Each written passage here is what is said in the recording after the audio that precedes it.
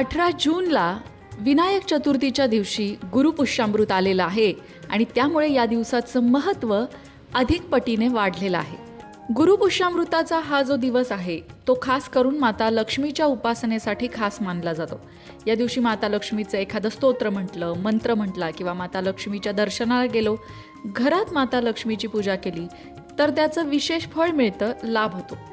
खास करून ज्यांना आर्थिक समस्या आहेत त्यांनी या गुरुपुष्यामृताच्या दिवशी माता लक्ष्मीची पूजा आणि महालक्ष्मी अष्टक येत असेल तर नक्की म्हणावं. 11 वेळा महालक्ष्मी अष्टक म्हटल्याने नक्कीच सकारात्मक बदल आयुष्यात दिसून येतो. पण आता या गुरुपुष्यामृताला विनायक चतुर्थी सुद्धा आलेली आहे, त्यामुळे हा जो सुंदर योग जुळून आलेला आहे त्याचा लाभ तुम्ही नक्की घेऊ शकता. कसा घ्यायचा आहे?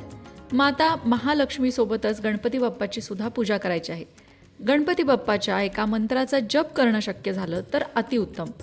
ओम गण गणपतये नमः या मंत्राचा जप करावा किंवा गणपती बाप्पाची जी स्तोत्र आहेत, अथर्वशीर्ष असेल, संकटनाशक गणेश स्तोत्र असेल, यांपैकी कुठल्याही एका स्तोत्राचं सुद्धा पठण करावं. मंडळी, जेव्हा गुरुवारी पुष्य नक्षत्र येतं तेव्हा या शुभ संयोगाला गुरुपुष्यामृत म्हणतात. गुरुवार हा देवगुरु बृहस्पतीचा दिवस. पुष्य नक्षत्र हे 27 नक्षत्रांपैकी सर्वात शुभ आणि पोषण करणारं नक्षत्र मानलं जातं. त्यामुळे गुरुवार आणि पुष्य नक्षत्राचा संयोग झाल्यावर निर्माण होणारा हा अमृतयोग म्हणजेच गुरुपुष्यामृत योग. या दिवशी केलेल्या कार्याचं शुभ फळ दीर्घकाळ टिकतं अशी श्रद्धा आहे. ज्योतिषशास्त्रात पुष्य नक्षत्राला नक्षत्रराज असं सुद्धा म्हटलं गेलंय, कारण पुष्य शब्दाचा अर्थ आहे पोषण करणारा, वाढवणारा, समृद्धी देणारा. या नक्षत्राचा अधिपती शनी असला तरी देवता गुरु आहे. त्यामुळे ज्ञान, धर्म, अध्यात्म, समृद्धी, शुभत्व यांच्याशी या नक्षत्राचा घनिष्ठ संबंध आहे. हा योग शनी आणि गुरु या 2 बलाढ्य ग्रहांच्या युतीने बनलेला आहे. हे दोन्ही ग्रह म्हणजे साधक आणि उपासक मानले जातात.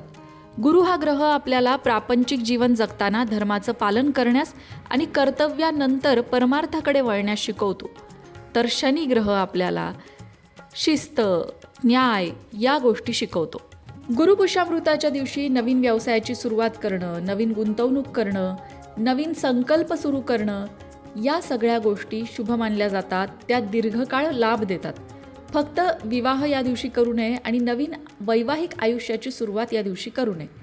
बाकी कुठल्याही प्रकारचं शुभ कार्य तुम्ही या दिवशी करू शकता. आणि योगायोग बघा की कुठल्याही कार्याची सुरुवात आपण गणपतीच्या स्मरणाने, गणपतीच्या पूजेने करत असतो. आणि म्हणूनच गुरुपुष्यामृत आणि विनायक चतुर्थी या एकत्र आलेल्या तिथीचा लाभ प्रत्येकाने नक्की करून घ्यावा.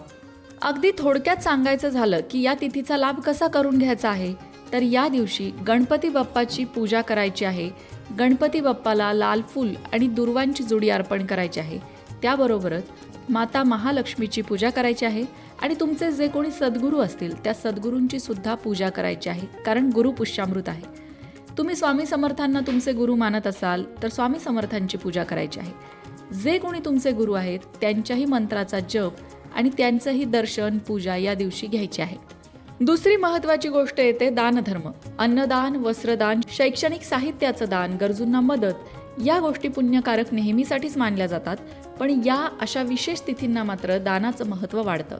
धार्मिक ग्रंथांचं वाचन सुद्धा तुम्ही करू शकता. मग भगवद्गीता असेल, श्री गुरुचरित्र असेल, विष्णू सहस्त्रनाम, गणपती अथर्वशीर्ष असेल, यापैकी कुठल्याही एका ग्रंथाचं वाचन करायला या दिवशी तुम्हाला वेळ मिळाला तर त्याचा सुद्धा लाभ होणार आहे. परंपरेनुसार या दिवशी मौल्यवान वस्तूंची खरेदी केली जाते, त्यामुळे आपल्याकडे त्या वस्तू अजूनच वाढत जातात असं म्हणतात. सोनं असेल, चांदी असेल किंवा अनेक जण वाहन खरेदी करतात, जमीन, मालमत्ता यासारख्या गोष्टींची खरेदी करतात. आता तुम्हाला फार मोठी खरेदी करायला जमणार नसेल तर तुम्ही आपल्या लोकमत भक्तीच्या वेबसाईटवरनं धनलाभ देणारं, धनयोग निर्माण करणारं पायराईटचं ब्रेसलेट किंवा ओम पद्मिनी ब्रेसलेट, जे धनलाभ करून देणारं ब्रेसलेट आहे, यापैकी कुठलंही एक ब्रेसलेट निवडू शकता आणि आपल्या lokmatbhakti.com वरनं ते खरेदी करू शकता. ही जी ब्रेसलेट आहेत ती सकारात्मकता निर्माण करणारी आहेत, त्याचबरोबर बजेट फ्रेंडली आहेत. अगदी 600-700 रुपयामध्ये ही ब्रेसलेट येतात. पण नक्कीच आपल्या जीवनामध्ये सकारात्मक परिवर्तन घडवण्यासाठी हा गुरुपुष्यामृताचा जो दिवस आहे तो खास बनवायचा असेल तर ह्या ब्रेसलेटचा लाभ तुम्ही घेऊ शकता आणि ती ब्रेसलेट परिधानसुद्धा करू शकता. म्हणजे अगदीच महागड्या सोने चांदीसारख्या वस्तू खरेदी करणं आपल्याला शक्य नसेल तर आपण या ब्रेसलेटची निवड नक्कीच करू शकतो. या ब्रेसलेट्सने नक्की काय होतं, ती कशी वापरावी, त्याचा काय लाभ होतो, याबद्दल lokmatbhakti.com संपूर्ण माहिती दिलेली आहे. त्या पेजला नक्की भेट द्या. आणि हो, आजची माहिती आवडली असेल तर कमेंटमध्ये गणपती बाप्पा मोरया लिहायला विसरू नका. अशाच प्रकारच्या माहितीपूर्ण व्हिडिओंसाठी लोकमत भक्ती चॅनलला सबस्क्राईब करा आणि बेल आयकॉनवर सुद्धा क्लिक करा, म्हणजे आमच्या नवनवीन व्हिडिओचं नोटिफिकेशन तुम्हाला मिळत राहील. तसंच योग्य आध्यात्मिक मार्गदर्शनासाठी लोकमत भक्तीच्या फेसबुक पेजला फॉलो करायला विसरू नका.